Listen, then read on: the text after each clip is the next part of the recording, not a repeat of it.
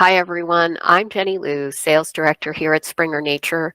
Today, I'm thrilled to welcome you to Overdrive's In the Know series on artificial intelligence. So, before we move into our presentation, I wanted to share a bit about who we are at Springer Nature. We are a publisher, a research publisher committed to excellence in book publishing and distribution. We have four key imprints: Springer, Copernicus, Palgrave, and A-Press. So today we're going to focus mainly on A-Press, our publisher of books for developers, IT professionals serving the tech community. Today we will talk about AI and more about what it is. So our AI books portfolio caters to a diverse community of readers, providing high quality knowledge and content that will empower professionals, academics, students, and curious minds of all backgrounds to understand artificial intelligence for what its practical applications are, but also to gain a deeper understanding of what it is. So of course, we're excited today to welcome Tom Tolley. Tom Tolley is the founder of AI Cruncher, a developer of generative AI and ChatGPT tools for businesses. He is also the author of various books, including ones we'll discuss today, Artificial Intelligence Basics and Generative AI, and how these tools will revolutionize businesses and more. So without further ado, I'll hand it over now to Tom to share more about the conversations around AI, what it is, and what to know. Thank you so much. Over to you, Tom. Hi, my name is Tom Tolley, and thanks for joining me today. We're going to talk about AI. It's my favorite subject. After all, I've written a couple of books on it. I've written a book called Generative AI, How ChatGPT and Other AI Tools Will Revolutionize Business. And then I wrote a book called ChatGPT and Bard for Business Automation, Achieving AI-Driven Growth in Artificial Intelligence Basics, which is another book, a non-technical introduction. So yes, I've been pretty busy over the past few years when it comes to this topic. So let me go through some of my background. I'll have a brief bio here. In terms of technology, it's something I've been, really immersed in for quite a bit of my life. I started developing and programming computers when I was 12 years old. My dad just went out one day and bought a computer and didn't even know he was going to do that. And I just fell in love with the computer and I started programming using this system and I started selling my own software products. So it was a lot of fun. And then over time, as I learned more and I got into college, I thought, having a job was really not kind of what I was interested in. I wanted to build my own company. So, and that's what I did. So back in the 1990s, I started different companies in the software industry. And then the internet came around and that really changed things in a big way. Now, the one thing about AI is that I never really had a background in AI. And in those days, AI was kind of a niche category. I mean, you just didn't have the memory. You didn't have the cloud, obviously you didn't have cloud computing and GPUs and all those kinds of things you need for AI. So as a result, I, just did the things that I thought could work for me. And really wasn't until the last, 6 or 7 years that I really got immersed into AI because it was ready for prime time. All the things were coming together to make this technology real. And it was exciting. And so I wanted to learn more about it. Just like I did when I was 12 years old, I just dived in and learned about it and wrote some books and developed some systems and worked with different companies on this technology. So it's been a great journey. And to me, it's just started. This technology just has so much potential. So I'll first talk about my generative AI book. Now, how did this come about? Well, it actually came about before ChatGPT. And the reason is, just because I've kind of been immersed in this industry for some time, the word was getting out about this thing called generative AI. And I started to see that, top venture firms were starting to dabble into this area and invest some money. And I thought, this seems really interesting. And then I saw what was going on at OpenAI and their GPT technologies, and it looked really interesting. So I thought, maybe get a little ahead of the curve here and write a book about this concept. And then, as I was writing and getting started writing this book, ChatGPT came onto the scene and changed everything. So at that point, I realized, this would be a really interesting book, really topical. Now, the challenge with writing this book is that there were so many different changes going on while I was writing this book that I had to keep, revising the book and updating it. But it was a lot of fun. I cover a lot of the basics about generative AI, and even though there have been lots of changes in it, it's still a relevant book because the core technology really hasn't changed. And I think that's important to keep in mind. Now, the models may get bigger, maybe more sophisticated, but that core technology remains the same. Okay, then the question is, what is generative AI? And it's kind of almost like asking, what is the meaning of life? I mean, it's actually a tough question to answer, partly because it's constantly changing. The other part is it's extremely complicated. This technology is complicated. It's based on very sophisticated math. It's created by PhDs at some of the best universities. So this is not the easiest technology to grapple with, and there's a lot of moving parts. But what at the core of it is, and I'll talk a bit at a very high level. At the core of it is what is known as a model called the transformer. And this model came out in 2017 from Google researchers. It was called Attention is All You Need. And attention is a very important concept here. It's at the center of what this technology is about. Now, what it does is it just takes in huge amounts of information, and then it finds the relationships between all that information. And then when you ask it something or prompt the system, it will find those relationships and predict the information that is most likely to come after you prompt that information or make that prompt into the chatbot or whatever it is, like ChatGPT. So it's just a really interesting concept because it really goes against a lot of what had been what AI was about for many years ahead of that. And by doing it in this fashion, what we were able to find is that it can answer questions in a seemingly human-like manner, and also provide really useful and very helpful information. But the thing is, it doesn't really know anything. It's not like you program it to know about math. In fact, math is something it's not really good at because it all is based on the relationships in the data it's trained on. And if you have a really complex math problem, it may not, if that's not in the training data, you probably won't get the right answer.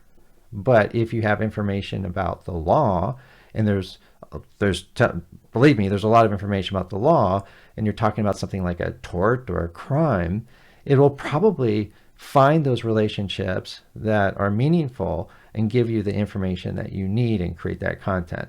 And the generative part of this is about creating content.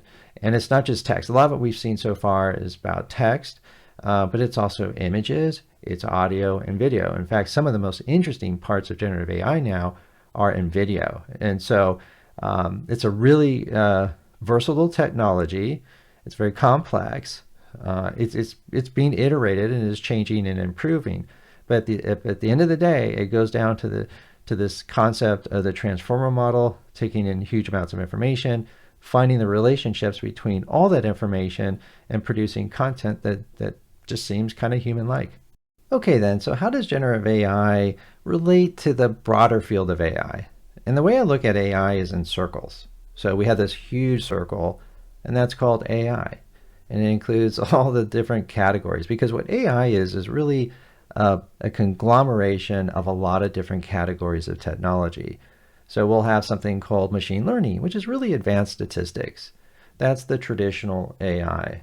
And then you have something called natural language processing, or NLP. And what that is how to take in information, understand that, say through a chatbot, understand that information and provide a response to the user. So that's another form of AI. And then there's something called deep learning.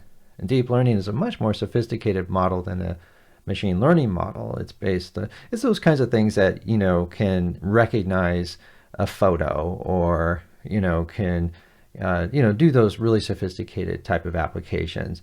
And then a subset of deep learning is generative AI.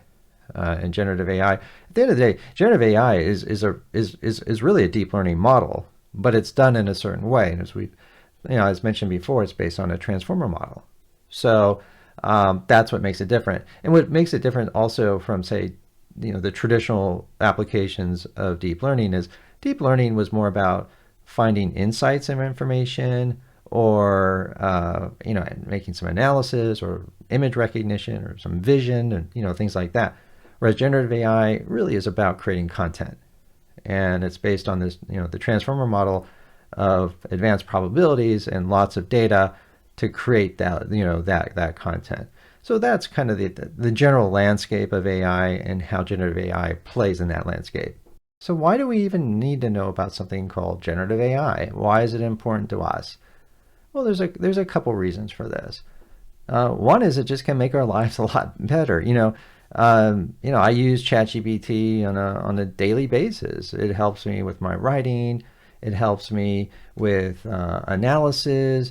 I can't draw a picture for the life of me. So I can create really cool images. I can, it's almost limitless. And, part of it is just the research. Now you gotta be careful because, again, these models are not programmed with knowledge. They are about probabilities based upon the data that they're trained on. So what that means is sometimes those probabilities misfire and those relationships are not correct. And so the model will hallucinate.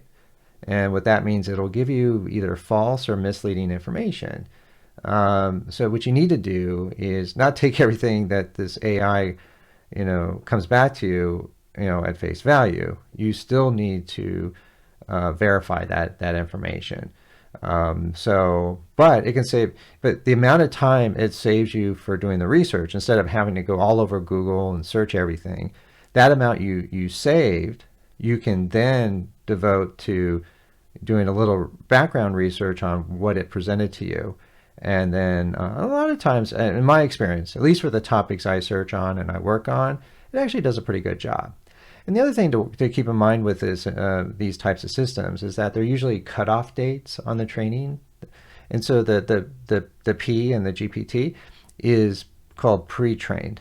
And what that means is that it's trained as of a certain date.